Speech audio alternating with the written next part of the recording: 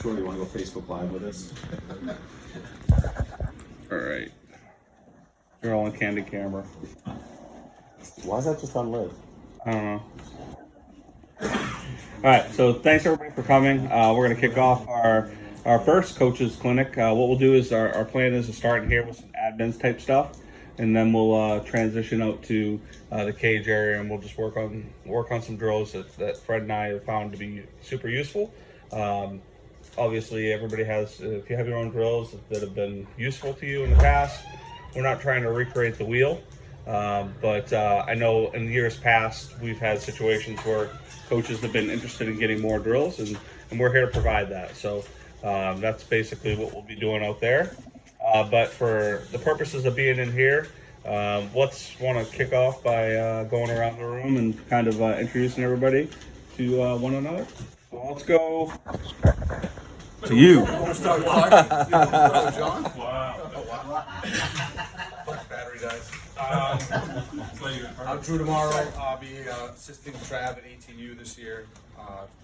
On like 10 teams. Yeah, that's about it. I've been around a little while. 2 girls in the program, love it. Michael Larry, I'm coaching 14U and a 10U team, and I have one daughter on the program that plays on the national team and the Grinnell team. Josh Parody, I'll be coaching a 14U team. I also have 2 girls in the program. Derek Curtis, coaching a 14U team, have one girl, Leah, in the program. Joe Dixon, coaching 16U with Courtney Baker and with Gretchen. Let's go back to you, Kevin. Kevin Dix Roberts, assistant coaching on the fall 18U Gilbert team and assistant coaching on the Grinnell Showcase team. Leslie Fox, Fox Donahue team, have a daughter in the program, 18U. Craig Donahue, also Fox Donahue, daughter Ashlyn, playing 18. Matthew Gurley, assistant on Fox Donahue, and I do have a daughter on 18U. DJ Regan, I'll be coaching a 12U team. My daughter is Lily. Sure. Eric Swayze, I'm assistant on 10U leader. Alex Johnson, also assistant director Michael Ray. Justin Rice, one girl in the program, 12U with EJ. Brooke Watson, I'm assisting on the national 12U and the regular 12U. Brooke Watson. Ray Mangley, 16U, daughters KK. Derek Collins, 10U team. Sherry Adams Collins, 10U assistant with one daughter. Matthew Caden, assistant on the 16U team. Griff Gilbert, assisting the 14U O'Leary. My daughter is Finn. Troy Mann, I'm assisting Josh on the 14U and the 14U fall team. Jamie Miller, I am assisting the 16U Tracy team, and I have a daughter in the program playing on that team and nationals. John Clark, I'm assisting Fred Merkel's team along with Brooke. My daughter is Madeline, she's in the 12U. Raquel Gary, bunch of teams, I guess, 12s, 16s, 18s, one daughter in the program, Brooke. I'm Liv Howe, assisting 12U Devon's team. Tony Pizzella, assisting on Connor's 18U. All right, Kim. He's sneaking in here. Kim Morso, 14U first year team. Perfect.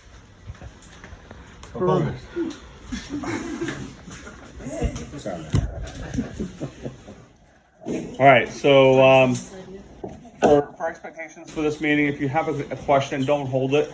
Put it out there for everybody to hear, so we can talk about it. Because if you're anything like me, my memory is about the size of a mouse's, so I will forget that question. So get that question asked, and we'll get it answered. So to start, we're going to start with the USA softball demo. So background checks and safe sport are vitally important. I can't submit your team's registration, and I can't get certification of insurance until all the coaches on the rosters have completed the safe sport and the background checks. The background checks are easy. You put them in for them. You wait. Some of you have had them approved in like 15 minutes. For some reason, mine takes like a day or two, but it gets approved. I don't know why. I don't know. I was in Thailand for a long time. But this is how you can verify. So everybody should recognize this. This is your USA Softball homepage. Your background check. You can scroll down a little bit for me, Raquel, please. Okay, so she hasn't done it, so she'll click on purchase, she'll put the information in, and boom, it'll run and it'll be done. It'll come up over here. Status will say first pending, and then when it gets approved, it'll say approved.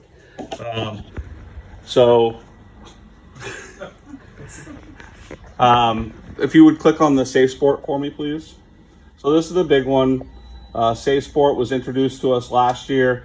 Again, as you can see here, 2022, she was compliant. It says congratulations. She hasn't started her 2023 yet. For mine, it actually mirrors over here. It says congratulations, you're good for the 2023. That's how you can tell if whether or not you're actually approved.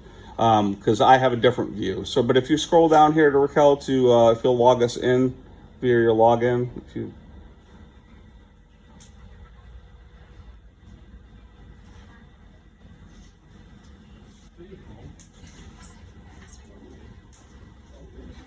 I watch one of the games. Yeah, but he was watching a game last year.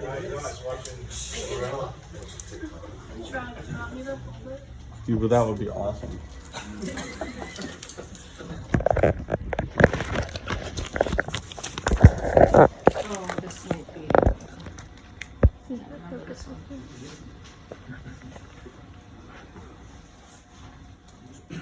While we're waiting, if you haven't done this yet, it's a lot of fun. Make sure you're ready to have a lot of fun when you do it.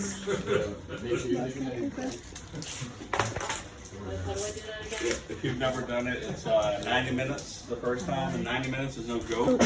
It's truly 90 minutes. The refreshers, so last year, one of our coaches, I won't put her out there, but she did the 90-minute one, and she did both refreshers.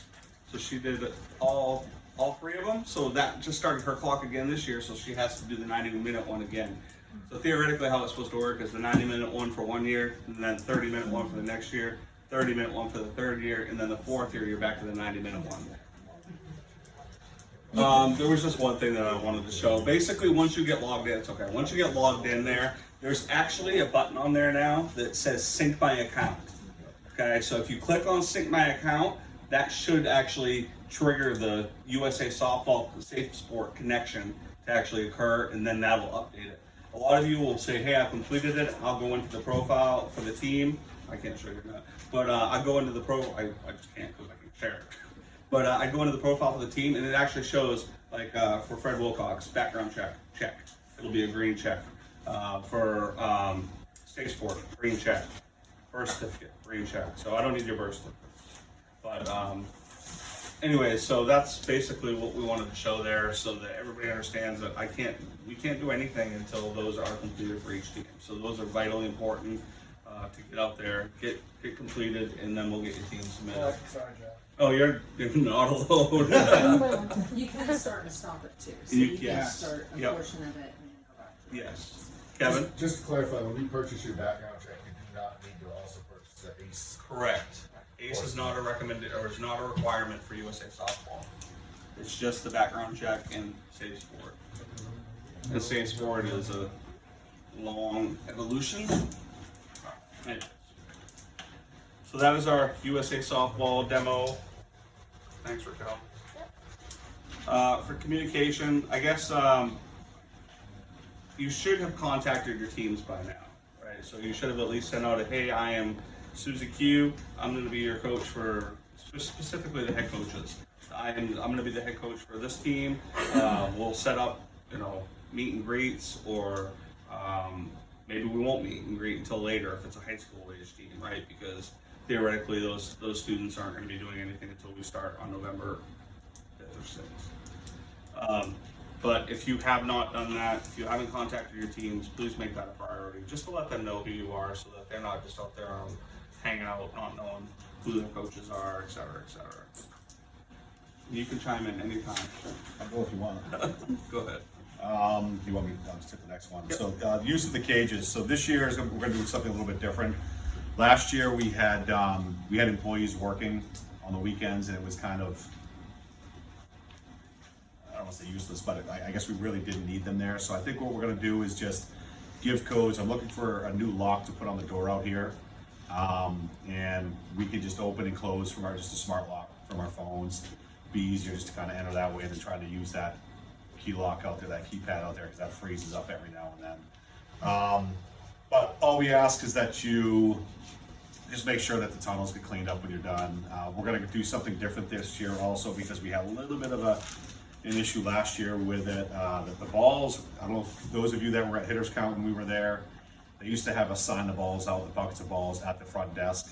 We're probably going to go back to that system, only because it's just for inventory purposes with us. We just seem to be coming up short with buckets of balls. We've had to purchase a lot of balls this year, and it just, I mean, we came in one day, there were like 7 buckets gone. So, you know, and the price of balls these days, we just got to kind of make sure we keep an eye on where they are. So when you come in, turn lights on, heat will already be set, so those will turn on half hour before anybody gets here and half hour after you leave. So those should be all set. Just when you pull that door out here, just make sure you pull it tight, because sometimes it doesn't kind of click. And then we'll lock it when everybody's out. We can check the cameras, everybody's gone, and we'll lock it when you guys go out. Touch again on the communication with us. If you do have practices this year, and you can't make it as a coach, don't just cancel your practice. Try to reach out to us. Maybe one of us can cover those practices, or we can find a coach that can cover, or they can combine with another team that might be a little bit short also, and have a combined practice. But we really kind of hate. And I do want to say, for last year, I did do that and didn't realize that, you know, they're in the contract, and we, you know, and until you told me, I didn't even realize, but they're expecting a certain amount of practices, you know, so we as an organization have to provide that. So that just, you know, really made that, you know, a lot more relevant for me to not cancel those, and to make sure that I did communicate to you guys. So, Sure. you know, that was, you know, a huge reason why. So. It's happened to all of us. We all have things that pop up. It's not a big deal, but we also have coaches that don't really mind jumping in and kind of covering some practices either. So we just want to make sure the players are getting their work in every week, because a lot of them do really enjoy being here. They kind of look at their weekend workouts as kind of their outlet from the week. You receive a lot of phone calls. Sure. Well, don't you? Well, if you cancel, yeah, we field some phone calls if there's a cancellation.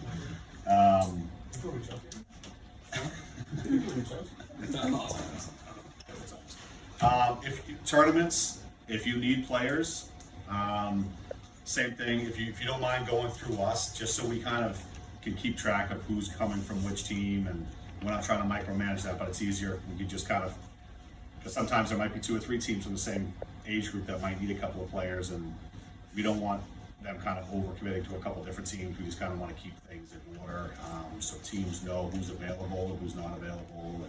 And sometimes you can cross those if parents or coaches are talking to 2 or 3 different of the same players. You know what I mean? I mean, for instance, like, let's say Craig, you needed a player, right? We have 23 teams. You probably don't know everybody's schedule in the program, nor should you, right? We know that. Or we can pull it up in a spreadsheet. And that way we can reach out, you know, you say, hey, I need a shortstop. Okay, then we can look at the teams that don't have games that weekend. Okay, then we can reach out to whoever and then ask, you know, if they want to play. So, any questions so far? Over anything? I just want to touch on one thing here in the facility when the coach, when you do come in. So the strength and conditioning area has kind of been apart for a while. We've got to get that back together. We'll get that in use again. The dirt pitching lanes, like in between, if your team's using that dirt pitching lane, if you don't mind at the end, just rake it out a bit. Have it ready for the next team to come in. Don't worry about watering it, because watering it will actually kind of really make it muddy for the next team coming in. We're trying to get like an above ground sort of irrigation system back there, where at night we can just kind of set it on a timer and it'll water the lanes. The next morning come in, it'll be dry, but it'll help keep the dust out. Remember how dusty it was in here last winter? So we're going to try to pay a little bit more attention to that area. We're actually going to dig it up, till it up within the next few weeks, and put in some new clay around the pitching areas and probably around the catching areas as well, because that was a little bit soft for some of the catchers last year. Coaches and dads, while they're sitting in the buckets, and not gonna lie, I might have fallen over on a bucket a couple times, but we're gonna try to compact that a little bit more and keep the dust down a little bit more as well. So if you guys don't mind paying attention to those areas as well, we can finish just raking up. You're up, Coach. So winter workouts, the schedules have all been posted to Team Snap. If there's any issues, just let us know. We tried our best to navigate and make it as fair as possible. But if you run into a situation where you have issues, just give us a holler. Like Fred said earlier, we can work around it. We have some flexibility. I know we've got that place down in Sanford for quite a few weekends that we really haven't put anything in there. So if anybody wants extra time down there, I know it's not really convenient to the folks who are more northern, but it is an option, right? So just keep that in the back of your mind. Yes. I'll take every Sanford. No, does Sanford have any special parameters when it comes to scrimmaging or, you know, I know some places won't, you have to use softies or can you hit away, is it? They didn't say that. That might be something that follows out of after they have some real balls that get drilled against the wall. Yeah. But I would say there's no limitations that we've been made aware of. But I could see some changes. I can't imagine that the balls would be an issue. Though it's the same sort of inflatable as Thompson is. That's true. That's You know true. what I mean? It's just much nicer. A lot nicer. You wear Walls are a little cleaner.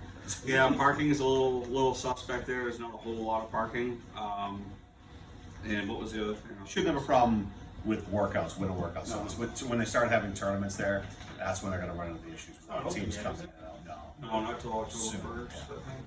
But I don't think the parking will be an issue this winter, though. No, not this winter. But Well, I did put it out actually, because we're trying to scrimmage to Grand St. Louis, and if we would be a good, actually be a waypoint. So I'm just wondering, do we have to get special permission on scrimmages later? Just let us know so that we can actually block it off so that nobody else is taking that Because weekend. we've already reserved the times, Okay. so they're ours. We just need to make sure that we don't cross up the teams one Okay. another.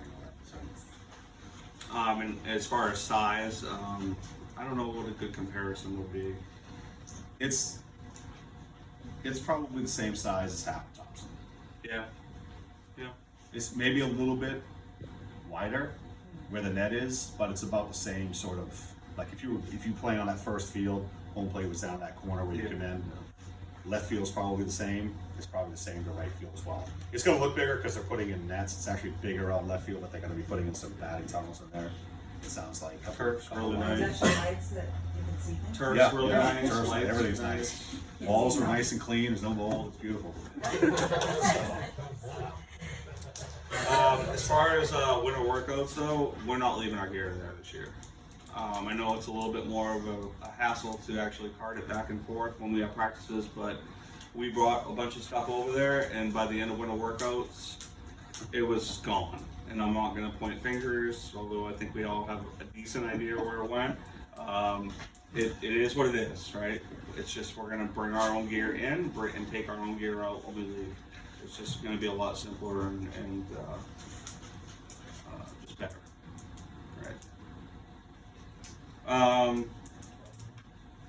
For practice plans, and this is more for our newer coaches. Really recommend these. Even if you feel like your practice is going awry, if you have a sheet of paper in your hand, it gives you a lot of credence in the eyes of parents, right? So I always try to stick to my practice plan as best as possible, and obviously allow flexibility for stuff that pops up. Right, something that, oh hey, you know what, this ties, cutoffs, we're working cutoffs right now and everybody's turning right, let's run a cutoff drill. Right, so allow room for flexibility, but at the same time, just have a rough outline of the plan when you start your practices. Safety's paramount, can't really overstress that. That goes without saying. We want to make sure our young ladies are healthy as possible. It kind of ties back to COVID. We just got a bunch of players at St. Joe's today got an email that said that they were close contacts, and I'm like, she's going down this road again. But who knows what's going to happen here in the next couple months. We've navigated it quite well the last couple of years, I think. But we always have to be cognizant of the fact that it could rear its head, or monkeypox, or some other crazy shit that's going on. Yes. Back on the indoor space, both for Gorham or Ingersoll, how many teams you put in at once? Okay, good question. So at Gorham 4, Ingersoll 2. The thought process behind Ingersoll is you can realistically keep one, it's for, I think it's for 2 hours there. One team can go in the cages and do some work for one of the hours. One team's on the turf for an hour, and then you just play, right? That way you have the whole turf area for one team. Yeah, that's pretty much it. What about the tunnels there? How many do you see? The tunnels here, max of 3. So that's pushing it. I think we're trying to stay away from that as much as possible.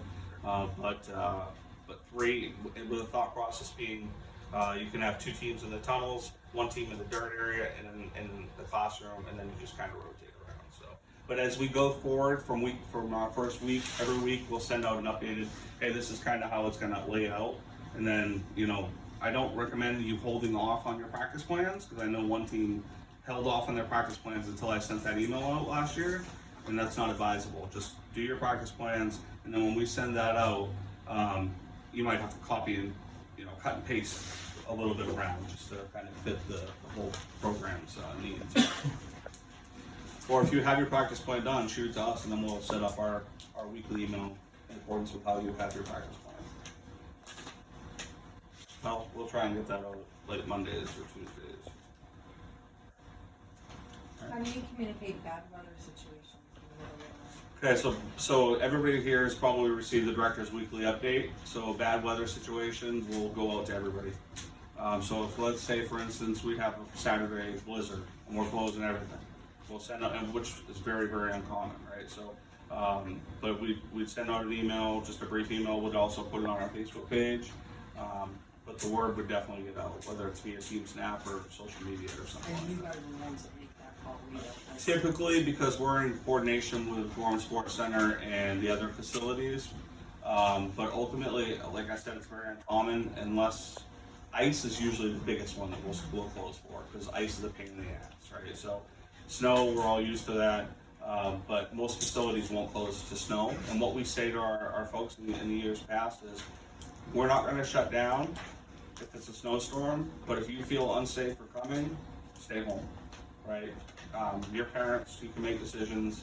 At the end of the day, we want you to make the best decision for your family. Just that flexibility, because some kids are coming from different parts of the state. It might be different an hour north of here than it is from here. Yep. So you might see some fluctuation there with players. Any other questions so far? All right, you got it, boss. So we'll talk a little bit about playing time and just some of the development of players. I know last year we ran into some things where, and at tournaments where just some playing time was maybe an issue. Keep in mind, typically your 10s and 12s are more of a developmental age. They're all sort of developmental, but remember 10s and 12s especially, be a little more cognizant of what their playing time is. I mean, I know a lot of coaches go in and say, okay, well, you'll play 3 innings here and 3 innings here. Well, that 3 innings might have taken an hour of your hour and 20-minute playing time, right? So try to keep time in mind during the game. If you have a player sitting on the bench, that hasn't been in the game yet, you've got like 15 minutes left of the game. Remember, development's not all about wins and losses at 10s and 12s. We're really trying to develop those players, because I promise you, we will field a lot of calls from parents. And we have. So, and as far as your pitchers, your catchers, your specialty positions like that, try to work those kids. Try to get them all into games. We understand Saturdays are, we try to treat it the same. 10s and 12s, you can sort of keep it the same way. Saturdays, you're trying to get at least 50% of the time, right? On Sundays, yeah, we understand you're trying to play for a championship, and typically your Saturdays are going to dictate what they play on Sundays. That's okay, but try to make sure that let's say a kid didn't do well on Saturday and they're kind of your 10, 11, 12 player, make sure they're not sitting the bench all Sunday. Try to get them in somehow. If you're way up or you're way down, try to give those kids a little bit more time. right? Just try to get them into a game. You know, I think not just parents. I mean, I talked to a lot of the 10s and 12s last year too, and that was kind of their thing. You know, it's sad when you're sitting there talking to a 10-year-old and they're like, I love to play, but I don't play a lot. You know, and you feel for them, you know what I mean? You get it, you get why the coach really isn't playing them most of the innings, but at the same time, they're 10s and 12s. And I have seen 10 and 12-year-olds that can't really hang with those kids yet, but once they get to 14, 16s, are at the top of that roster. So that happens. It just all depends on how you want to develop them, right? If you take the time and really do a good job with them, some of those kids are your diamonds in the rough. They can really come out and be your studs later on. So treat the whole team as you're trying to develop them all together, and you'll have kids that come through with you for a long time. Yeah, and to Fred's point, we have heard from parents in the past, but we always have the coach's back. We will always have your backs. You know, it boils down to if a young lady's not playing as much as she thinks she should be playing, is she putting the extra effort in to get out there, right? And that's a question we always have to ask, right? Is Susie Q was only playing 5 or 6 innings a weekend? Is she putting in the work? Is she coming to our catcher's clinics if she's a catcher? Is she just coming to the facility because they have free access to the facility? Is she putting the work in to actually get better, or is she just banking on the fact that it's 50% because that's what the agreement says? I mean, at the end of the day, it's travel softball, and we do try and work with them all, but it has to be a little give and take, right? You got to put the effort in if you want to actually get playing time. So, and that's, I mean, we probably handled a handful last year. So it's not overwhelming. Not every parent's going to say, we don't want to plant the seed that every parent's going to be bitching for playing time. That's not how it is. Right? Most parents are super cool, and the way they should handle it, especially at the 14U, 16U, and 18U level, is the players should be advocating for themselves with you, right? And that's at that level, that is the first question we will ask them. Did you talk to the coach to figure out how you can get more playing time? If they say no, then that's our recommendation. Go talk to the coach, because at the end of the day, they have to be the ones who can advocate for themselves, because they're getting older. They're not going to have mommy and daddy go to the boss for them and say, hey, how do I get more hours, right? So we're trying to teach life lessons too, at the same time as doing softball. So. And the other piece to that is positions. I know we kind of get caught up sometimes where we have a set field, like like Travis likes to use the name Susie Q, we'll use that one. So Susie Q, she's my third baseman, right? I've got her there all the time. Don't be afraid to move them around a little bit, you know what I mean? Give other players experience in that position, because you never know. I mean, my girls, I always wanted them to play multiple positions, and when they get to high school and college, it helped that they play multiple positions, right? Treat those kids like they're your own kids, and in that same situation, show them how to play their position. They don't have to play there all the time. Just show them the position every now and then. Teach them a little about whether it's in practice or in a game, because you never know. You may have an injury, right? If a kid's been at third base all year and nobody else has played there, then you find yourself in a little bit of a tough situation where nobody really knows how to play the position. So work multiple positions with these players. They don't have to work every one, but if they're a specialty position, show them an infield and an outfield position also. Right? Just make sure you're covered in case of an injury, that you've got another player that can come in and be covered. But I mean, you're also going to have those players that are going to be like, Coach, can I play shortstop? Coach, can I go play shortstop? Coach, can I go play shortstop? You're going to get them, right? Still get them in college. Yeah. Yeah, right. It's not you.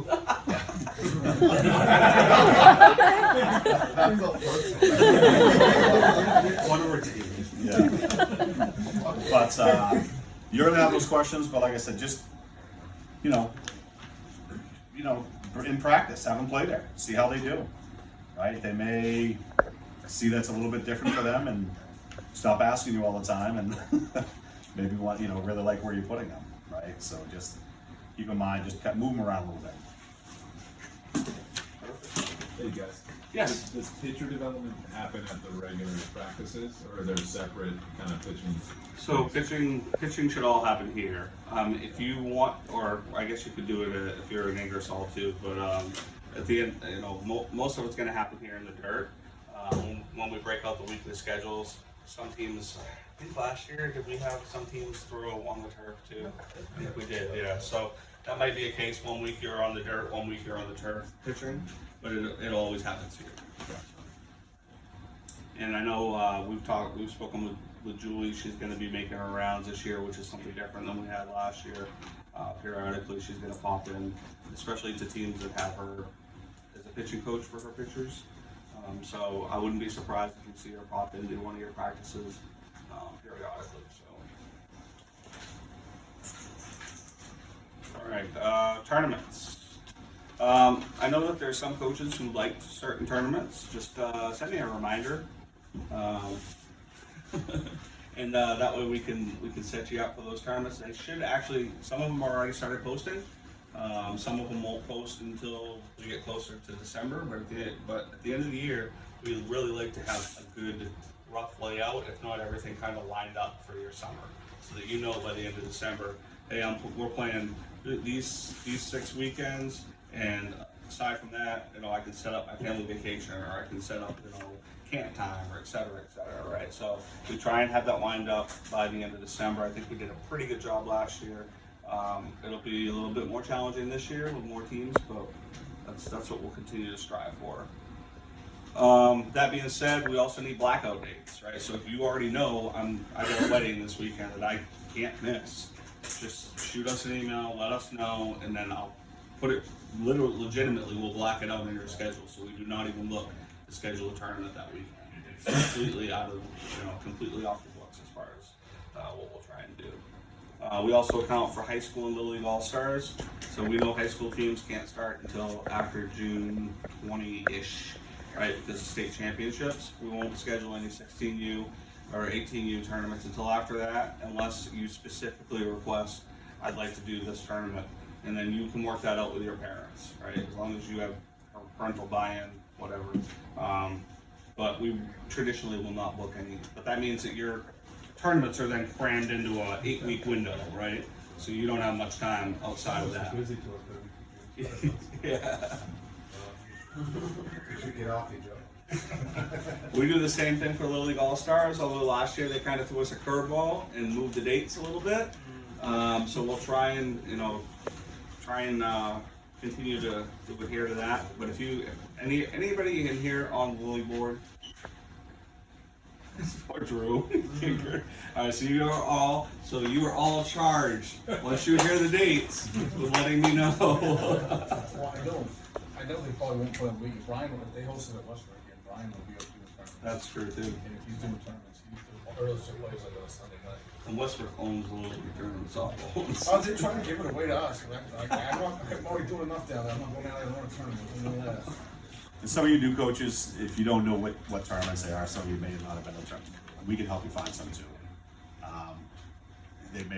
We'll kind of help you tailor them to your team, sort of how much you guys want to travel, things like that. Because there are tournaments all over New England, Connecticut, Rhode Island. I don't know how far you guys want to go, but there's a lot of tournaments around. There's tons. I mean, and we'll go to Windsor. A lot of teams will go to Windsor. Everybody likes to go to Fast Fish Nation teams. Except for Ray's team. Except for Ray's team. For some reason. They don't play the same there. It's going to be different this year, right? I'm feeling it. You're going to love it. Alright, so hey, so quick question, what's your thoughts about the states? So I do like to have good representation at the states, but I don't know. We can work with you on that. It's just because it's getting worse. I know every year it gets worse. Playing fields that don't have a fence, the I officials. boycotted Watermelon. Yeah. Those Colby games. I would do it because you guys want us to do it, but it's becoming a real pain in the ass. Yeah, I mean, quite honestly, I think in years past we have wanted you to do it, but I think we're kind of getting to the point now where we're pretty much tired of Brownie. I totally agree. And how they run their tournaments up there, and I think, honestly, some programs send almost all their teams up there, and that's not what we're aiming to do. We feel that our teams get more out of it by playing in New Hampshire and Massachusetts and in those tournaments. If a team wants to go to Waterville, that's fine, just let us know, but otherwise, I don't think we're going to force anybody to go to Waterville. So. That's a whole Send Josh. Josh likes it. All right. Did you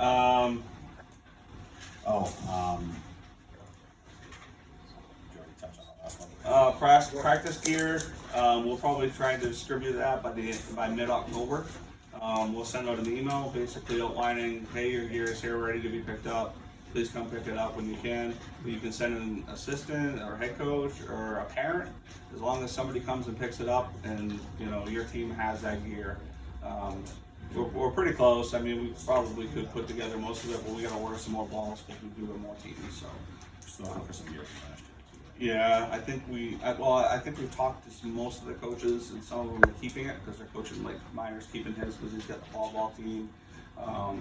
And some of the coaches have already reached out to, but I can't remember it offhand. But practice gear will be coming if you don't already have it. If you do have it and you haven't turned it in, please do turn it in. We just want to take an inventory, take a look at it, make sure it's not jacked up. Like I've got a Bonet now that the metal piece that it slides into, the metal piece is pulled off and it's gone. So that Bonet's really not worth the bag it's in.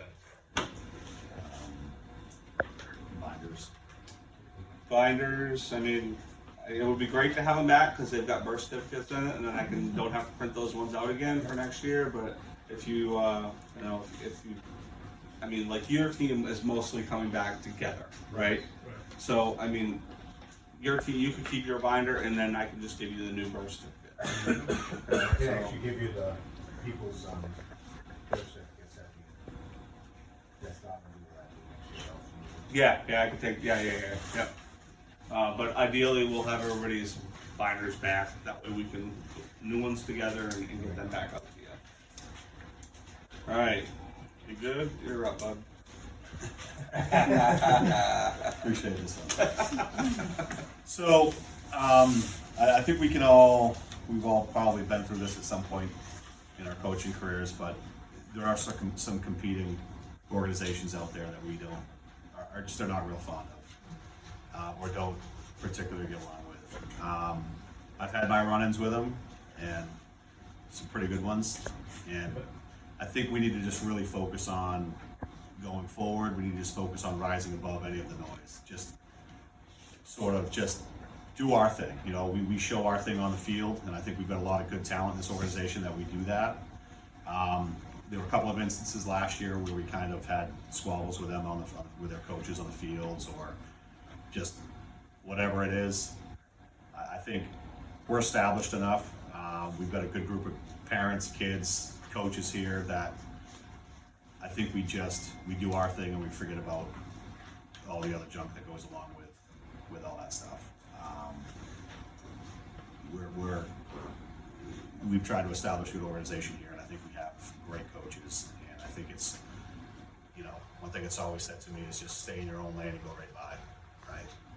And I think that's the thing, that's what we need to focus on going forward, and I think if we all do that, if things start to happen on the field, just let the noise happen, pull your kids out of it, keep everything in within your team, and don't even let the kids get involved, don't let the parents get involved. Coaches just handle it in a way that it's just not a big deal. Just stay the course, right? Yeah, but like Travis said, just go and squash them instead. Sound good? Squash it. Oh, squash them too. No, just do your thing on the field. Yeah, never mind the noise. Just play the game on the field in between the lines and leave the rest. Yeah, I think there's a lot to be said for taking the high road on those types of situations and not letting the drama trickle into our program or into social media. And I saw a lot of it this summer, and it's something that I don't think is a good reflection on either of us, right? So I don't think it's a good reflection on them or on our program. So we're not going to engage. We're just going to, everything that we put out there will be about winning the league. It won't be about any other programs. Everybody can do what they want to do, as long as we're wasting time focusing. Right now, we're wasting time talking about this, but it needs to probably be talked about, right? So let's just do what we do and keep grinding. But Thanks, Retro. All right, so Q&A. We did get a couple emailed to us. One question was about first pitch swinging. And we don't have like a program-wide view. Coach Trav's view is that as long as the young lady has her timing down in the on-deck circle and she's ready to go, that first pitch might be the best pitch she sees in that at-bat. Right, so ultimately, I always ask my girls, when does your at-bat start? And if they say, when I step in the batter's box, that's the wrong answer. Your at-bat starts when you're in the on-deck circle, or even when you're in the dugout. That's when you're getting your timing down. You don't have to have a bat in your hand. So ultimately, I am a proponent of first pitch swinging, but I don't want them swinging at changeups. Right, so I only want them swinging at their pitch on the first pitch. Right, you have the advantage right now. She hasn't even thrown a pitch. You know, just look for your pitch, and if she grooves one to get ahead 0-1, that's when you go after it. But I don't think we have a program-wide approach on it. So Everybody has different feelings on it. I'm the same as Trav. If you like it, go get it. It typically is. I think statistics show first pitch is usually most of the time going to be the best pitch you're going to see at the at-bat. Pitcher's trying to get ahead, right? Until they make the adjustment later on in the game, where if they're throwing first pitch strikes and you're hammering them, they might make the adjustment later. So do you. She's not alone, right? There's a lot of girls who will not swing at the first pitch. They have no intention of swinging on the first pitch. They give up before it's even. Yeah, and we try and ultimately it comes down to comfort too, right? So we want them to be comfortable in the batter's box, be confident in the batter's box. And if they're not confident swinging at the first pitch, so be it, right? See a couple pitches. But at the end of the day, going back to what we talked about before, typically is the best pitch you're gonna see. Exactly. So I just sent you a picture, Trent. oh.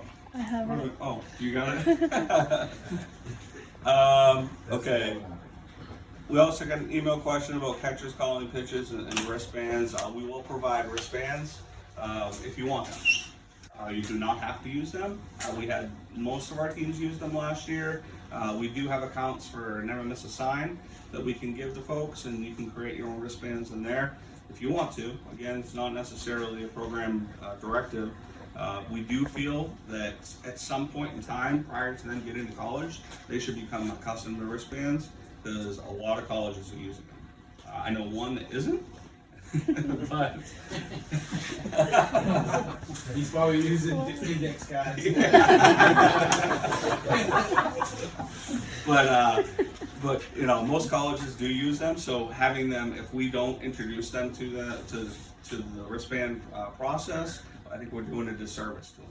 Mm-hmm. So I have one little caveat, I don't know if you're with me on that, because we've had this question come up quite a bit, even from our players, and the analogy I like to use is my own son, who once he started driving had no clue where to go because he's always looking at his phone.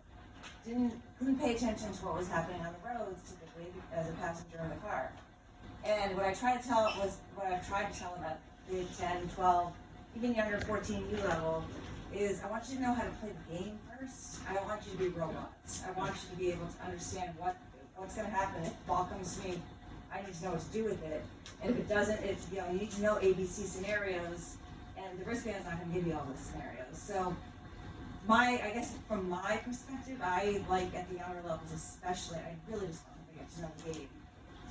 They need to know their directions, you know what I mean? Yeah. So hopefully my son will figure that out over time when he's. Yeah, I have the same philosophy as her. I don't really use them. I try to teach the girls the game, to be able to make those decisions as they come up, and if they make a wrong decision, that's something that we can talk about and learn from, and hopefully the next time it comes up, they make the right decision. So here's the thing about wristbands, though. It's a play call, right? So they still have to understand the game, right? So the wristband, if I say, 2-4-4 and we're in the first and third, and that plays the cut play, they still have to recognize, hey, I still have to apply softball IQ. It's not I don't look at wristbands as taking away from softball IQ. I would look at it as a way for us to communicate so everybody's on the same page. Right, but I understand your points and I totally agree with them. I mean, softball IQ development is imperative, right? I mean, you can tell a young lady, if you went to a Little League tryout, you can tell a young lady who's probably played travel softball versus one that hasn't, because she's played so much and she's developed that softball IQ. right? It's pretty glaring. But we were gonna say So there's a way you can do both, you know what I mean? So let's just say, like if I call pitches, like just say I'm calling it for a catcher. Sometimes I'm doing it just so I can see a catcher, as long as they're paying attention, they can learn why we're throwing certain pitches. Like I try to get them to, even at a young age, try to get them, look where their feet are. Okay, this is the pitch we're gonna call because of the way their feet are. Look, I have my catchers look in the batter's box and take a look at those swings before they even get in the box. So we're not wasting that first pitch. We already know what we're gonna throw to them first pitch, right? So take a look over and just look at their swing. Are they rolling their wrist? Are their hands going away from their body? There's all kinds of things you're looking at. Try to go every other inning with them. You know what I mean? You call an inning, talk to them. Hey, why do you think I called this? Make them give you feedback, right? And then when they call it on their own, I mean, I know pitchers aren't always going to hit their spots that early, right?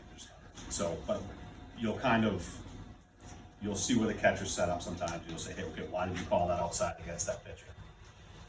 Make them answer you that, right? So there's ways that you can use a wristband, kinds of situations that will teach them, but also give you feedback on how they're. I think asking questions, I constantly ask my players questions, because I want, if they can't answer me back, then they don't really truly know. So if you're always asking them, hey, why do we do this? Or why do you think that we do it this way? And then they think about it, and it kind of all makes sense to them. That 10s and 12s, they're not always they're gonna be like, what pitch? What's talking about? I don't remember. You mean the last one? That's all I remember, right? But at least some of them will. The really good catchers that are really engaged in what they're doing, they're gonna answer you and say, okay, well, I saw this. This is why I called it. Are they gonna be right all the time? No. Are we right all the time? No. But ultimately, we'll never force the wristbands on any team. It's got to be the coach's decision to make sure, is your team ready to have wristbands, right? But at some point, before they go to college, they should all have some wristband knowledge, right? Even if it's, hey, this is how I read, the number code, right? Because Fred and I call it different ways. He calls it like 24/4, and I call it 2/4/4. Right, same pitch, just different way of we vocalize it. But how they read it is the most important piece of it, right? So then they can recognize, okay, this is the call. So I call them both ways. I call them both only because sometimes if I call the same number a lot, I try to make it sound different. You know what I mean? But just, there's probably just me playing the game myself. Yeah. all right, yes. Can you say the date again that you're not scheduling past for tournaments? I missed that. Did you say you won't do tournaments later than? We won't do tournaments later than the first. I didn't say that, but we won't do tournaments later than the first weekend in August. Oh, okay. Unless the coach specifically, I think we've had coaches in the past. I think you might have actually asked for an August 13th tournament, because then we start to get into whatever. Then we start to get into tryouts, and then as everybody in here knows, once you get into tryouts, if you've got a team that's competing, as Susie Q, got an offer for this team next year, and her teammate didn't, then it starts causing drama in the dugout, and then everything turns to crap. It's not just that, it's preseason football, fall preseason, double stuff. Yeah, that too. So you want to give the kids the weekend off. Yep. So, but that's usually the last weekend is the first weekend in August. All right. Questions? We can talk after this about, trying to what that looks like for us. All right, sounds good.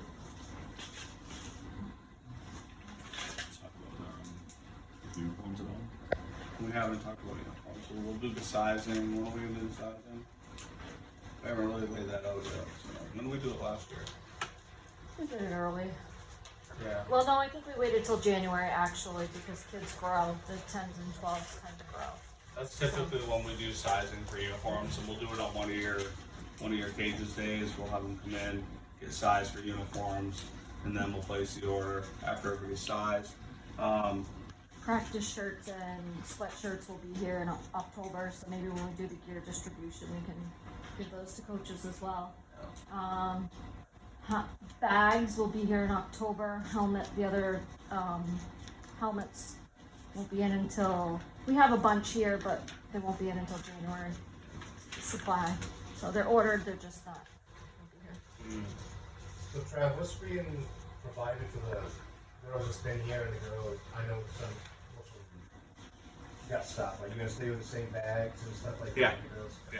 And uniforms, they're gonna, Uniforms, they'll get new uniforms. New uniforms, Yeah, okay. new will uniforms. they be the same though, so they can? We are gonna stick with the same uniform. Because they like them and they, and also can.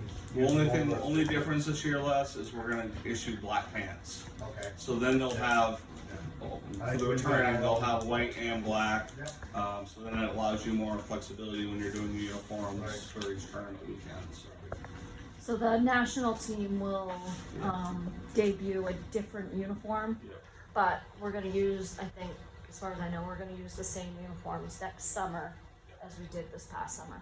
Yeah. And then next season's, like 2024's, will be the national jerseys from this year. As long So as it'll we be like like them. a They're- 2-year cycle. Our national teams are our uniform guinea pigs.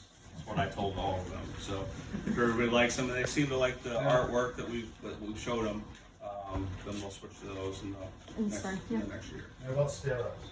I know you guys- Steroids? You know. Get on a good batch. That Craig's on that. All you new girls will talk to you.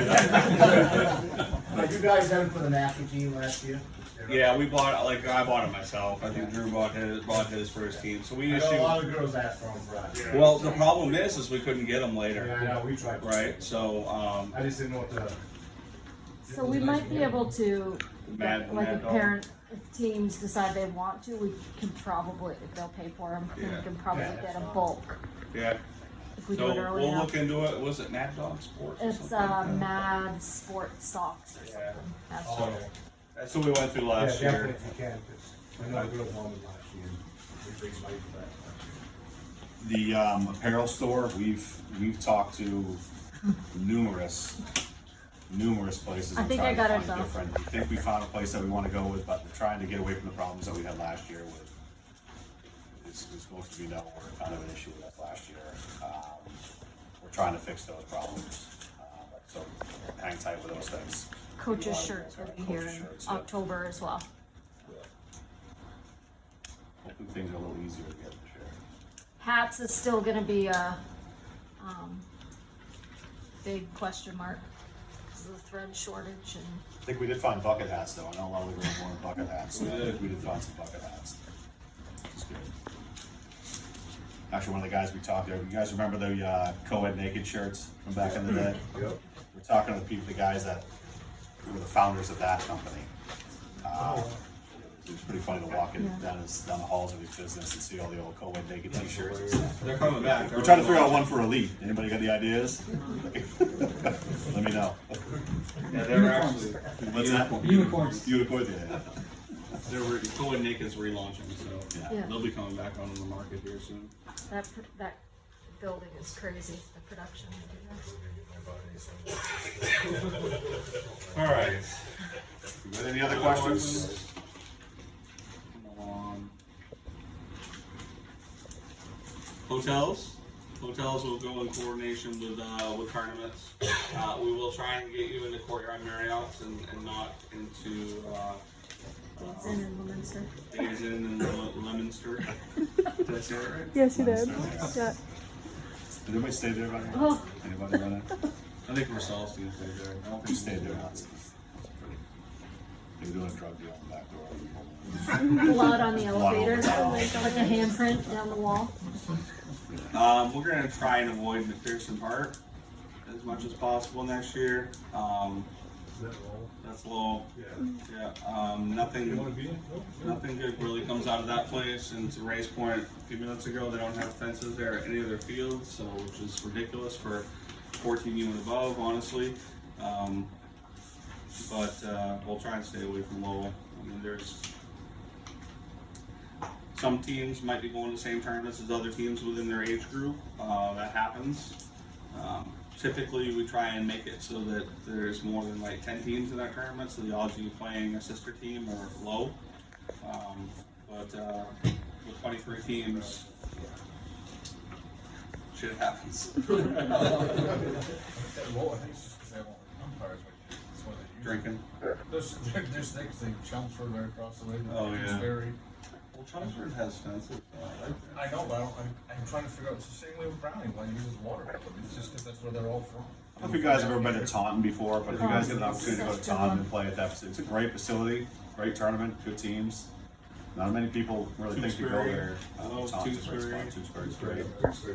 Yep, Tewksbury, Taunton, Chelmsford, Londonderry. Londonderry. Devon's. Devon's is good. I love to play Fast airport. Fish Nation, Airport. Rhode Island. Going down there in a couple weeks. Winslow Park is great. We had a great time at the Lake Champlain Classic. Oh, It's are a you still very, I can be- it's a very long ride. Did anyone do the White Mountain Classic last year? Yeah. ASA New England. Anybody do the White Mountain Classic last year in North Conway? They changed the name. It's Mountain Fest. Did anybody do Mountain Fest? Were the fields still 45 minutes apart, half hour apart? We didn't know, we played right in the school district. Were you in North Conway, not Freiburg? Right. Yeah. Yeah, no, they were all. We were all over the Teams place. are in Kennet. They had us at the field 9:30 Kennet at High night. School. Third inning, the sprinklers started going off, nobody was there. So Raquel's going to bring up one more website. I want you all to, if you're not familiar with where the tournaments are hosted or are placed, we'll show you where those are, so you can actually go in and start to get an idea of where the tournaments are that you might want to kind of target for How do I do that? next summer. Actually, before we do that, does everybody know where they are? Because if you do, then I'm going to save us some time. Okay. Screensaver. Oh, you hit menu on that one? Or that TV looking thing?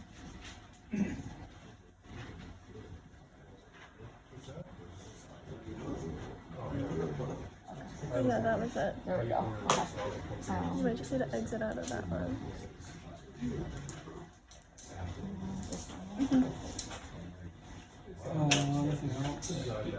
It'll pop up in a second if you click on entertainment room. Did you click on entertainment room on there? In the cage for half an hour. I think you might need to click on it to get the code. Can you? Yeah, like how does that work? Is there a sign up or? So I did. So Oh, if you're you already look at the last director's update, Okay. it's in the reminders part now, but you have to basically create an account. You might already have an account created, but if you have an account created, then you have to tie it to New England League. And the step two, and there's 3 steps in there. Step 2 ties your account to New England League, and then from there you can go ahead and just book. If you ever have any issues booking, just reach out to me. I can literally do it in 2 minutes. Okay, and I'm not over exaggerating. I can knock it out in 2 minutes, and then it saves you a headache and saves us a headache, because what we've seen in the past is some folks actually just pay for it, and then that creates more of a headache for us, because then we have to go through the refund process or pay you via Venmo or whatever, which is it's a lot easier to just have me do it in about two minutes. So Step 2 should just be email traffic. no. Only in case of emergency. And for any of you coaches that don't know, we also sell bats. Yeah, we are, An authorized dealer for extra innings. right. So, and usually the bats, cost, the difference on bats is usually, like, if it's $3.99 at Dick's, it's usually $3.50 here. So you're not paying the tax or the shipping. So it's usually about a $50. Gloves is usually more. Gloves is a huge discount. If you need anything for your players or your parents are asking, we get big discounts Pants, on cleats, Yep. anything really. So this is the USA Softball website. I'll send this link out. But ultimately, if you go to View Northeast Region Tournaments, So it's asanewengland.com. yeah, they just changed it to that recently. And then if you, the first step you want to do is, it defaults to 2022. So if you go to the drop down for 2022 and change that to 2023.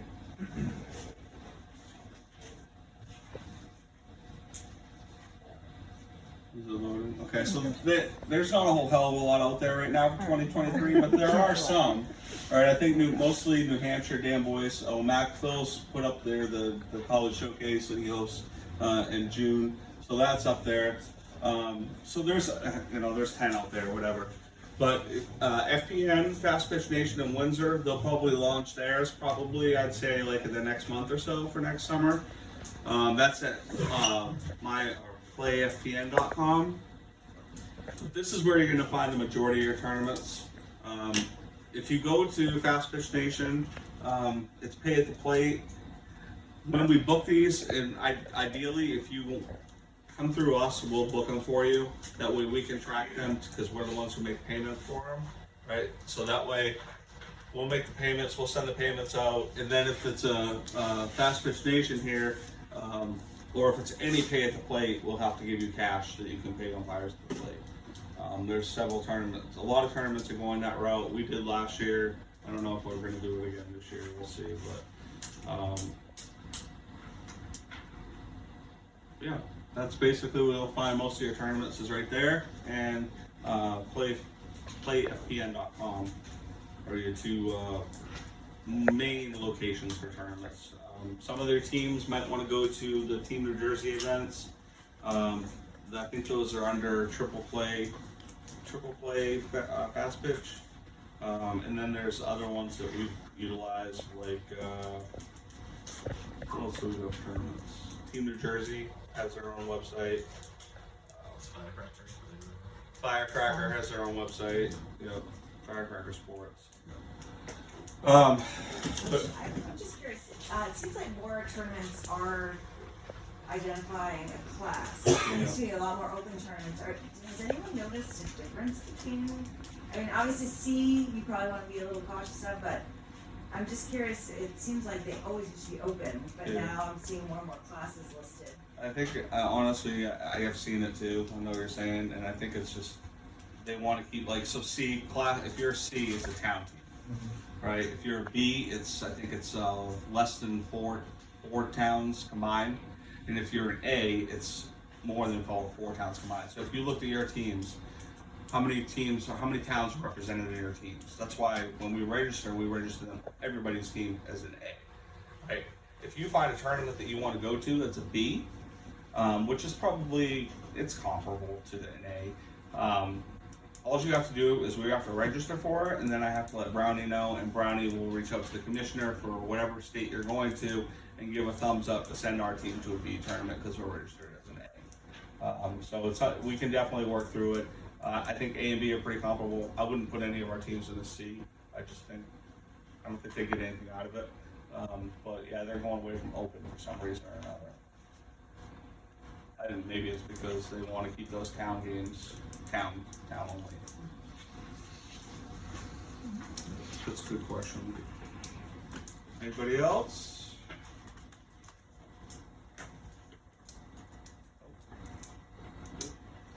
Perfect. Want to head out to the cages? You can stop that, Lou. Other stuff. Everybody teaches different.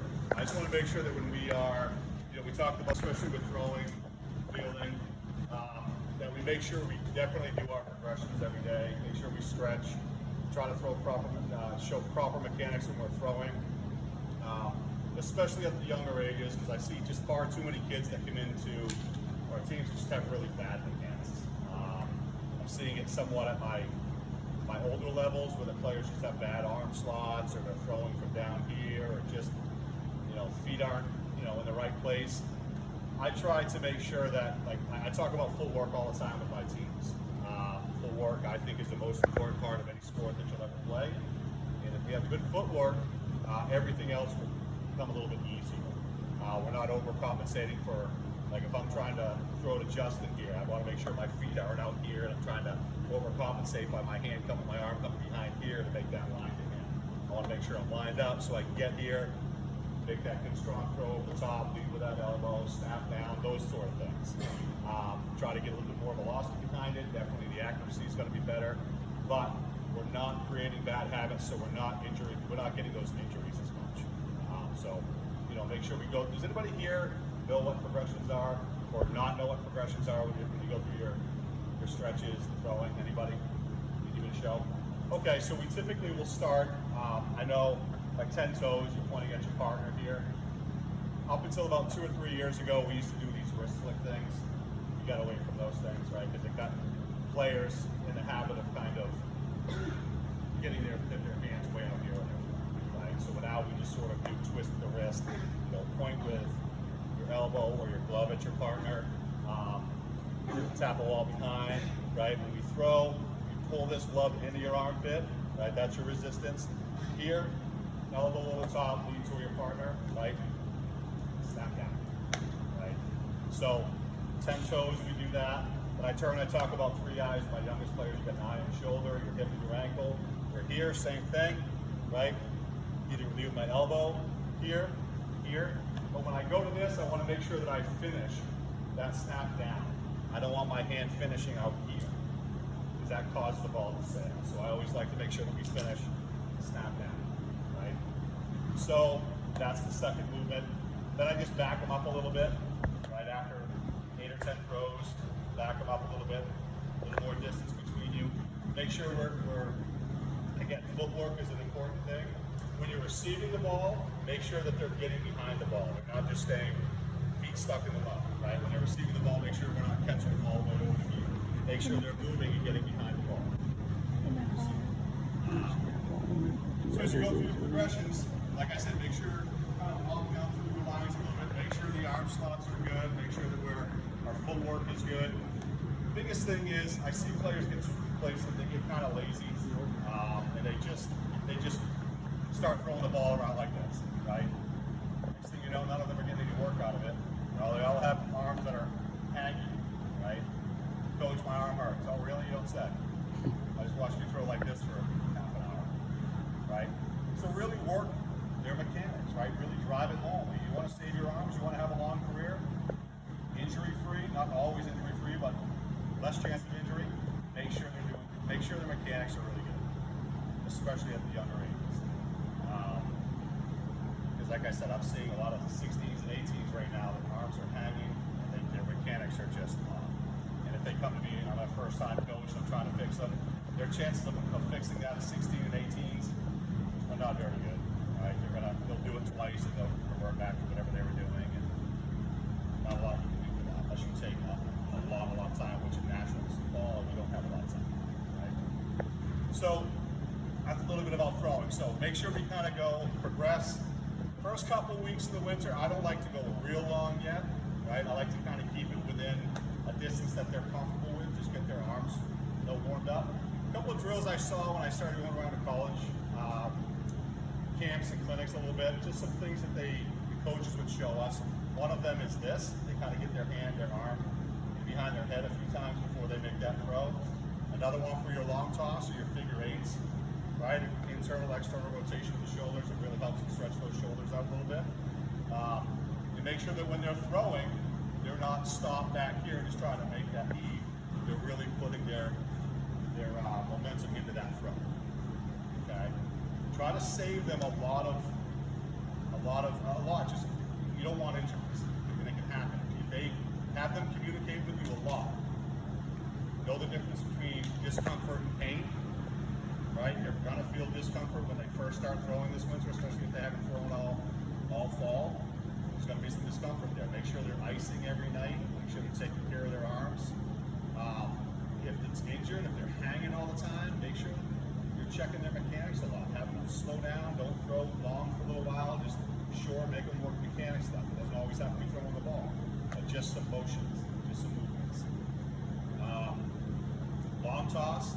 After they do their longs, make them run in, do their quick transfer drills, right? Make sure they're moving their feet, getting behind the ball, but don't let their mechanics get away, because I see a lot of this. Like they'll receive it just kind of like it's this. Arm slots are down. Really make them here, right? And have them go through their motions.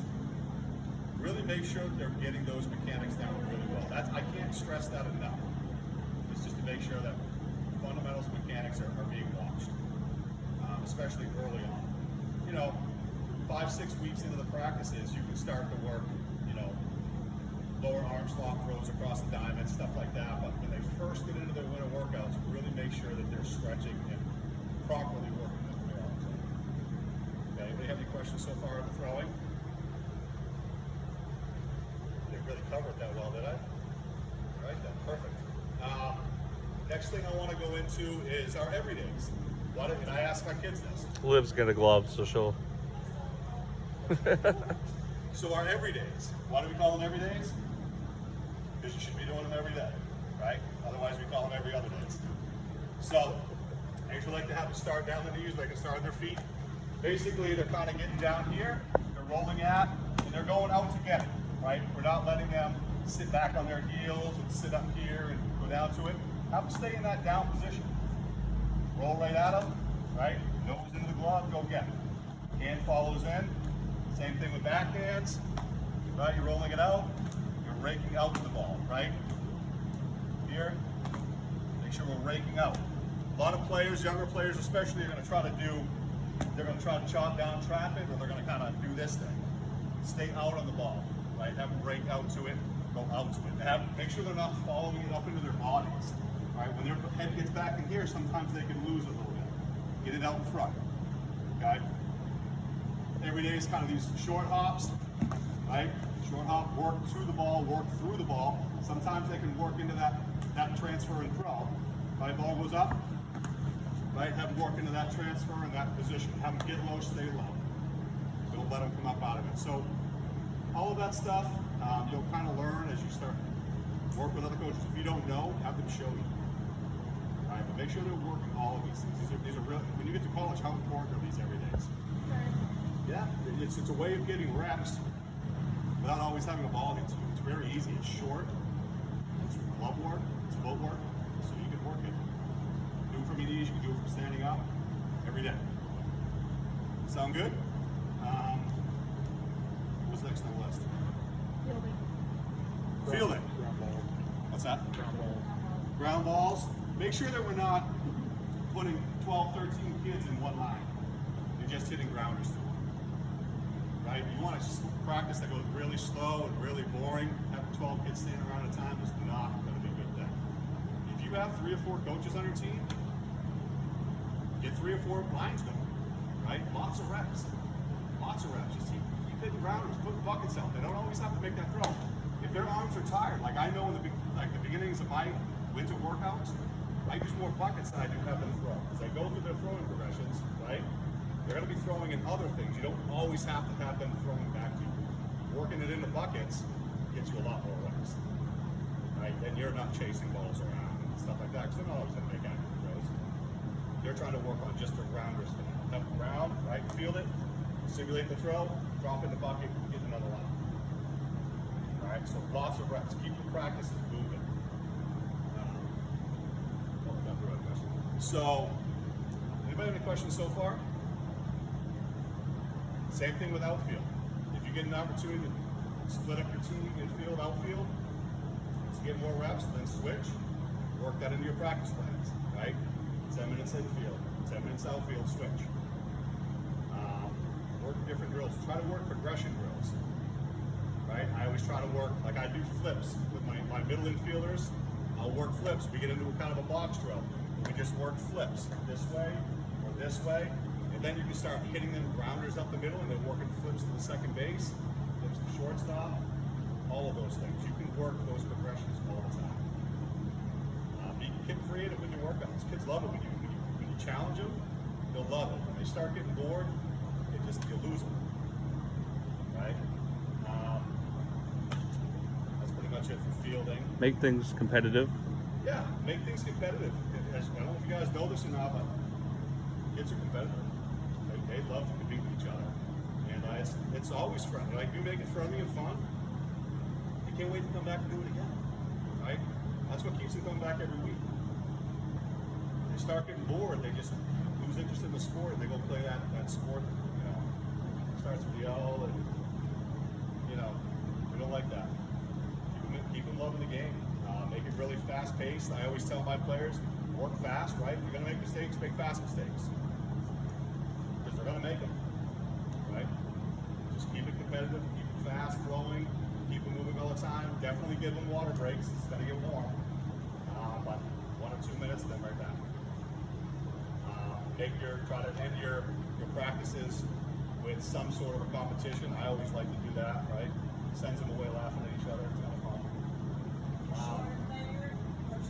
Great job in real life.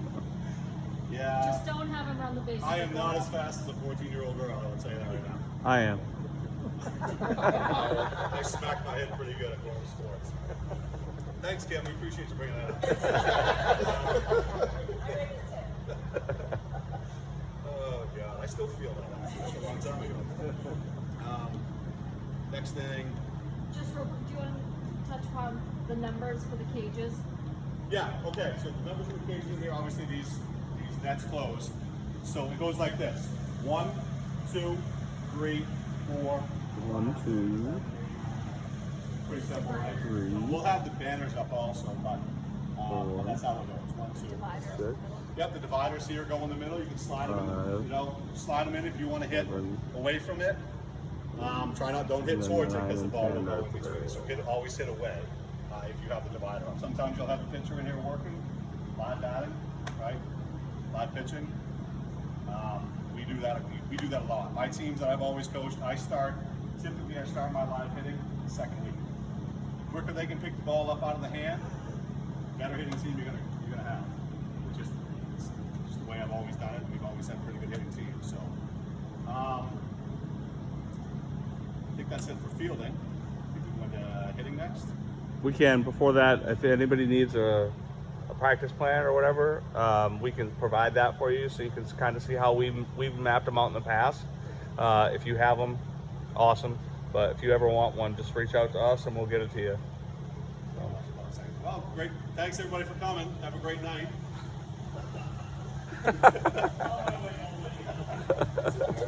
Yeah, you just had practice. So, like the coach said, when you guys start making up your practice plans, keep them. Yeah. You might use them another time. You might feel like, hey, my team really needs to work on this. You might already have that practice plan. Don't just throw them away. Keep them. Keep a folder. Right? Anybody have any questions on fielding so far? Anything? You're going to find things that you like too. You might find some stuff on the internet, or maybe you saw another team do it. You guys are kind of at your own, on your own to figure out what these are. Not to figure out what they are, but if you see something you want to do it. Right? Good for fielding? Yep. Next one, hitting? Yep. Hitting. What's that? Fly balls. Fly balls? Yeah, fly balls. I always like to work, straight on. Make sure that your outfielders are always taking that first step back. Right? Drop steps, you don't have, I work outfield right here, right inside here. You don't have to have a big, tall space to work outfield. You're basically working most of it on your foot, drop steps. I'm trying to set them up with, so when I say go, they're drop stepping this way, right? Stop, drop step this way, and they're working themselves right back. Right? So you don't have to have one kid go at a time. You can do multiple stations where they're moving all the time. And that's what I recommend. As long as these kids are moving and you're not just running something one at a time, really slow, they'll have fun. Right? Will they stumble a bit? Yeah, that's okay. It's great when they stumble sometimes because then you can explain it to everybody. Right? It takes 2 seconds to do it, then they're right back at it. You're not just working with one player at a time, it's everybody. Right? Footwork, I can't drive that home enough, is to make sure that they're really working their footwork. Okay? Anybody have any questions on fly balls? I think you will. Hitting. There's all kinds of different hitting styles out there. There's rotational, this is a style, linear. I teach linear, Coach Trav I believe does as well, so does Coach Raquel. I don't know what a lot of you coach, but I don't know if there's really a right or a wrong way for a player. I think sometimes we can look at players and see what kind of style they are, see what style they're, maybe they've swung it a certain way their whole life, especially in the older ages. You don't want to invent the wheel when they're 16 or 18. You just kind of want to tweak a few things here and there. But as a linear coach, there's a couple things that I always like. Rotational, I'm not a big fan of, only because I think rotational creates loft. In loft hitting, I believe you've got 1 point of contact, right? You're rotational, so you're going to kind of be here, and your hands are kind of going through the zone like this. You're trying to create those big Moonshots. What's that? Moonshots. Moonshots. Some kids can do it. Anybody here a kid named Abby Miner? Yeah, kid can do it. She can hit. She hits big moonshots like that, and she does pretty well at it, right? There's no real wrong way of doing this. It's just what you kind of want to teach. I teach linear hitting. I teach trying to keep my hands through the zone as long as I can, right? That helps me stay on change-ups and off-speed pitches and spins and all that other stuff a little bit easier. And what that also does, it creates a little bit more momentum. You're not kind of stuck back. You're kind of moving the ball moving. okay? So I won't get into this big production of how you teach hitting tonight, but if you're a coach that says, hey, you know what, you mind giving me a couple of points, we're here for that stuff. I don't mind showing you a few things and saying, how do I approach my team on hitting, right? Because you're gonna have a whole team of different types of hitters, right? And there's gonna be all kinds of different things you're gonna look at, and it might be, oh my God, her hands are doing this wrong, but that doesn't mean her hands are wrong. It could mean that her foot's maybe not getting down time, which is creating her hands to do something wrong. There's all kinds of different things you can be looking for. We don't expect you to know all of them. I don't know all of them, right? I have an ability to kind of pick up on some things in real time, but it takes a while of doing that. Coach Magin, I've seen you do it. Coach Drew, I see you do it. Coaches I've seen around. Coach EJ, I've seen you do it. Coach Trav's great at it. Raquel. Some of you other coaches, I'm sure you can pick up on some of those things. It takes a while. Hitting is one of those arts that you just kind of, it takes a little while to kind of understand. The easiest way that I could do it, and the way that I've been able to do it quicker and quicker, is I'll record the swing. That's how I started. I record the swing, and I'd start to break it down piece by piece. And you can use the slow motion on your phone, and then you can actually start to see stuff. And then to Fred's point, as it's happening in real time, I'm able to pick it out now because I watched it in slow motion. It's like John Madden back in the day. It also works good to show them. Yep. Exactly. Yeah, absolutely. A lot of players Absolutely. are visual, so if they Yep, don't understand 100%. what you're saying to them, you might be Yep. saying, oh, you know what, your hands are flying, your shoulders flying, which is pulling your hands towards third base, which means your barrel slicing through the zone. They're like, what are you talking about? So keep doing it, and they're like, what are you talking about? Video it, show them. See right here in this part where your shoulder's opening up, look where my hands are starting to go now. Way out here, now I can't cover the outside of the plate. Well, coach, why does my ball keep hitting here and slicing away? Your hands are going like this, your barrel's going like this through the zone. There's all kinds of things you're looking for, right? There's so many pieces of batting that sometimes they're different. Every batter, every kid I've seen is a little bit different. I've never seen two really exactly the same. There's always something different. You trust me when I tell you, you are going to run across kids that have beautiful swings, and they're going to ask you what's wrong. You're going to be like, nothing. There's absolutely nothing wrong with your swing. Keep doing what you're doing. You just hit, 30 out of 40 balls out of the ballpark. Yeah, but it's off. It doesn't feel right. I don't feel. That's when you want to say, shut up. Just go hit. You're going to have all kinds of those hitters. You hope. Right? But there are going to be some kids that come in that just need a complete revamp. There's some kids that just come in and you're like, oh my God, where do I start? You know what? Let's put you on the other side of the plate and start there. Because then you know you can start over, right? Right? So. The biggest thing I think we're seeing, and you always talk to it a lot, is seeing the ball, right? Because if you do everything right and you're not watching the ball, can you hit it? I talk about contact percentages probably more than any coach I've ever been. And I started talking about it a long time ago.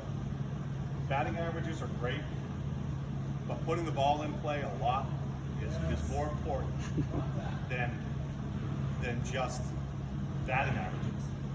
When you learn how to, if you can get an entire team to buy into put the ball in play, good things will happen. When you can get an entire team to do that, you will score more runs, you will keep pressure on the defense, and a good offense is a great defense because it keeps you on the field longer, right? It gives them less opportunity to go hit if you're playing a time game. So, again, get them to buy into, see the ball back, put it in play.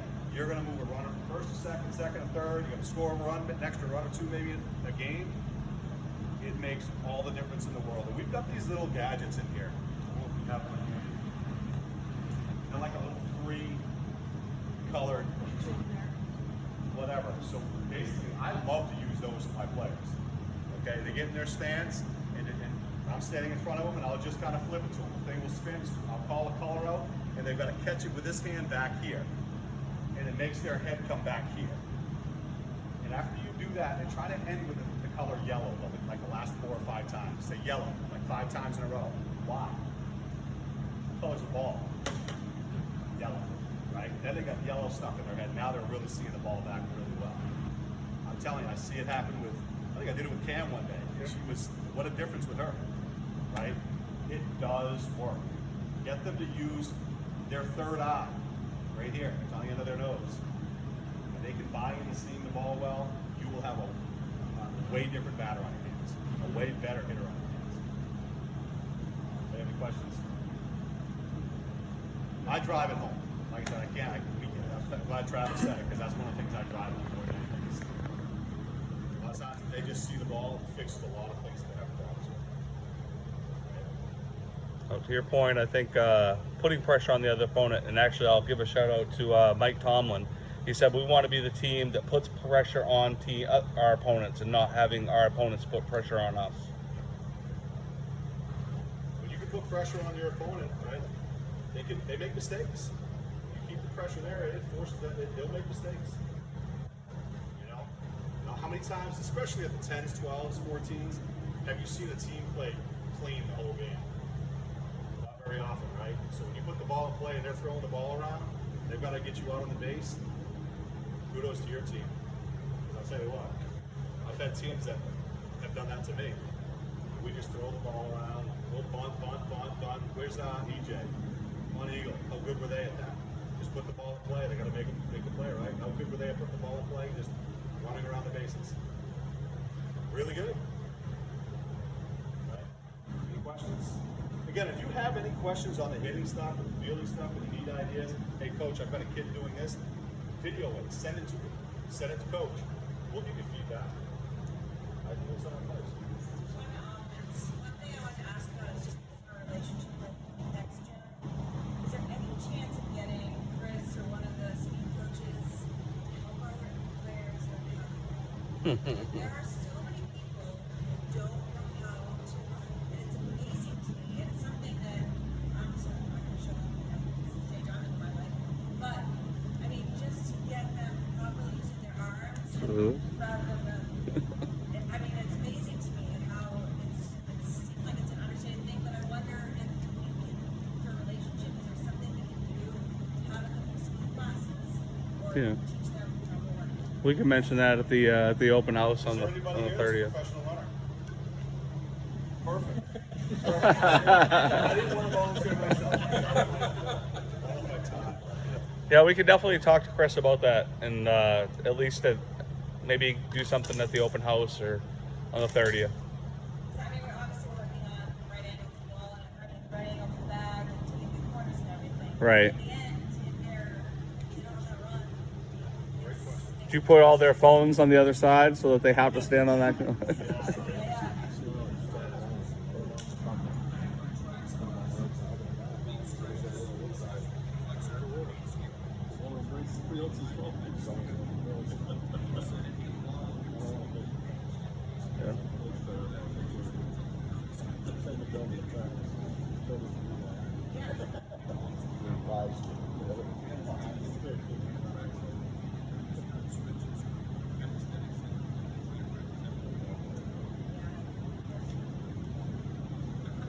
So here's actually something we didn't add to the agenda, but I will bring it up.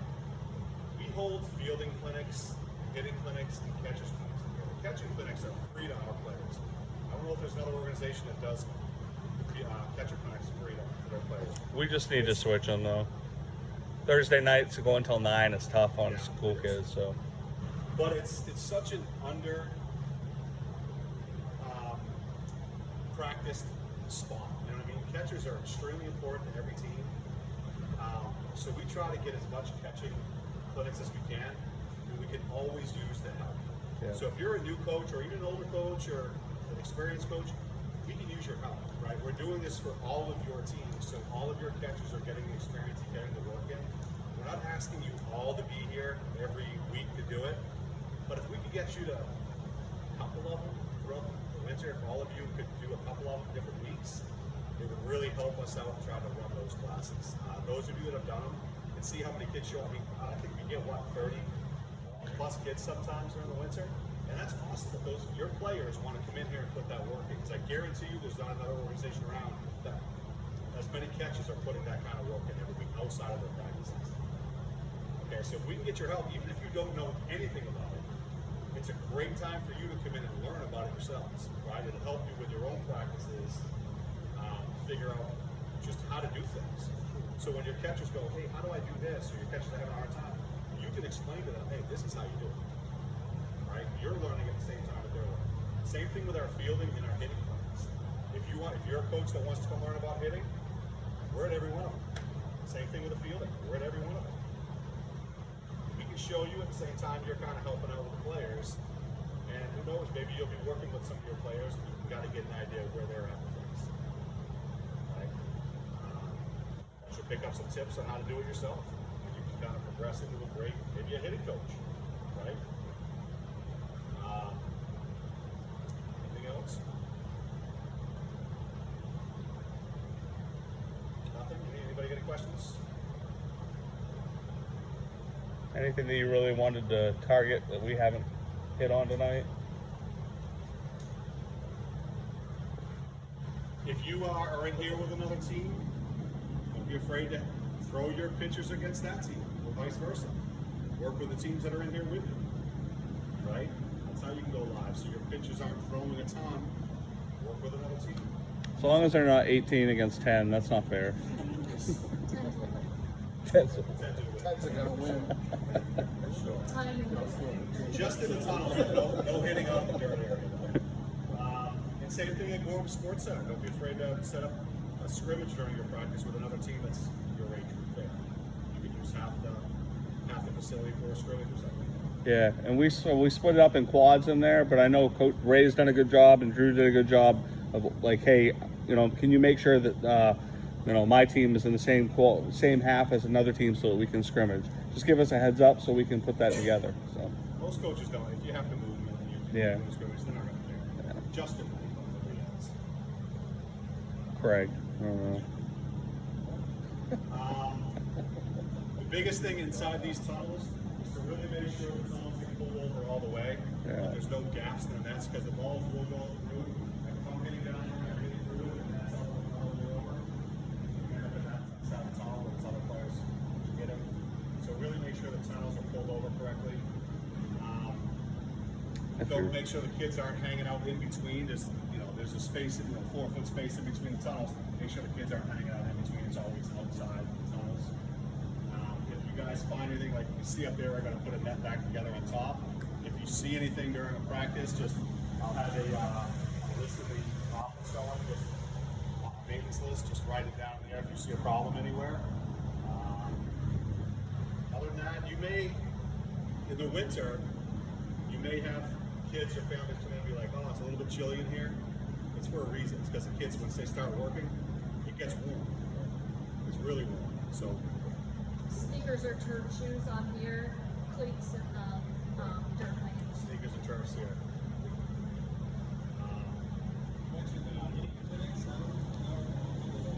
Every Thursday night we're going right now. So 5:30 to 6:30 every Thursday night is a hitting clinic, and then and then 6:30 to 7:30 are the fielding clinics. And those are scheduled. I think we've got them out till the end of December right now. So. I'll leave an email At least he admitted it. So, I mean, as an organization, we're not looking for you guys to do a ton extra, but to kind of help chip in a little bit because we are trying to offer as much as we can. Like they always say, many hands make light work, right? And if we're all kind of working together, kind of speaking the same language, these kids will all they'll be happy. You know what I mean? They'll understand what we're trying to do. We're all working the same direction. They'll see that we're invested, and coaches are invested in making it a great experience for them. And that's how we keep those kids, right? It's how you make teams work really hard for you. If you don't, if we're not invested, then you kind of see them walk away. Try to keep us, but if you have any problems with players or parents or anything like that, just keep us informed of what's going on so we can kind of help. We're not always going to jump in for you. We want you to kind of learn how to go through that stuff as well. So maybe we can give you some advice on how to handle it. Because trust me, we've handled a lot of different things. Well, mostly good though. You know what I mean? I think what we've done here in the last year and a half has been done everything that we can to make it a good experience for players and families and stuff. Not every perfect. Yeah, No, and a lot of that credit goes to most of you here too, right? Absolutely. So we had how many teams last year? Summer teams? 17. So we added 6 summer teams, and we brought back 95% of our folks, and that's directly attributable to the coaches who are standing here tonight. So thank you for that. I think it's because of the bus. We're good? No questions? Anybody want to see Travis get on the hit tracks? Hit tracks a little bit? Sure. We will get that up and running. It's going to be recalibrated, but trying to get them in has been tough. We do have Rapsodo, which we'd love to try to get set up as well, which is a pitching technology. It's how you spin, velocity, all that stuff. Eric can probably talk more on that. He knows a little bit more about it than we do. Maybe not. But we'll use Hit Tracks for the Hit-a-thon that we do December 10th weekend. You want to hit on the Hit-a-thon a little bit? Yeah, I mean, it's going great right now. I mean, I feel like the teams are putting it out there, the coaches are putting it out there, and it's a huge fundraiser for us, and it helps us. We awarded 2 scholarships. We got 1 more to award, but also it allows us to make donations to. We did the Christmas thing last year for the underprivileged families.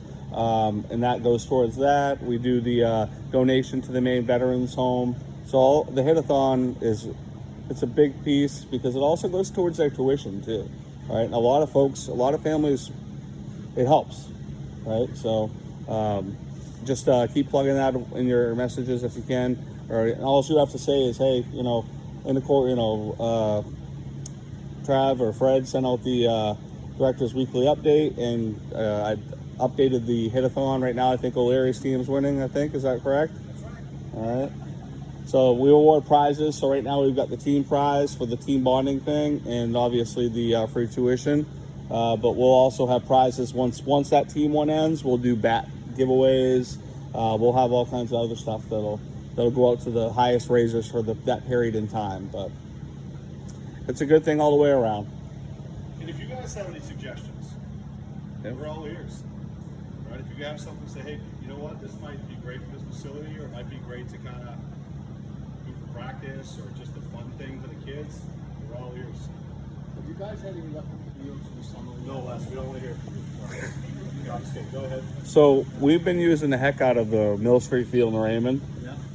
It costs us $15 an hour, which we can't beat. As an organization, we have reached out to the Gray folks, as like kind of try and do a trade-off. Gray Little League, you come in here and use the cages, and we can use your field.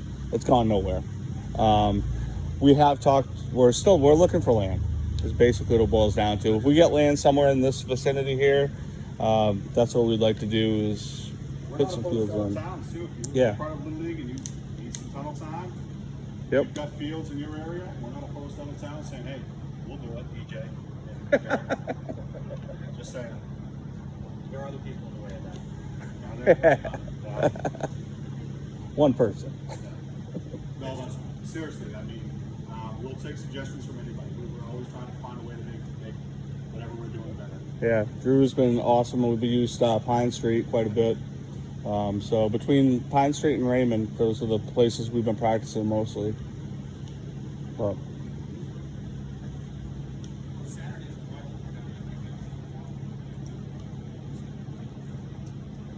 and you can always reach out to us and get your teams in here even before November 5th and 6th, right? So if you want to do, I know several teams have actually come in here and done the team bonding event, use the cages, use the chill room.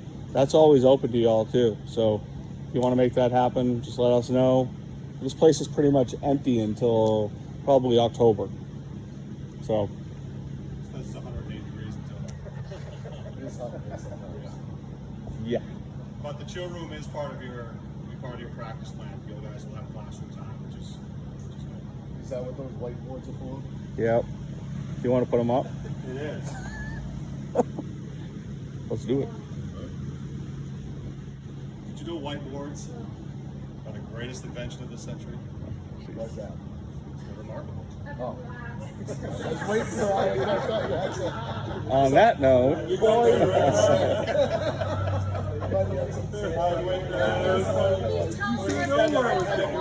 one of my greatest dad jokes. You love it. EJ's gonna use that at school tomorrow. I have a way to use that online. Thanks for the segue. All right. Perfect. Well, on that note, how do you end any better than that? Those are the comedy hour, right? All right. That's it.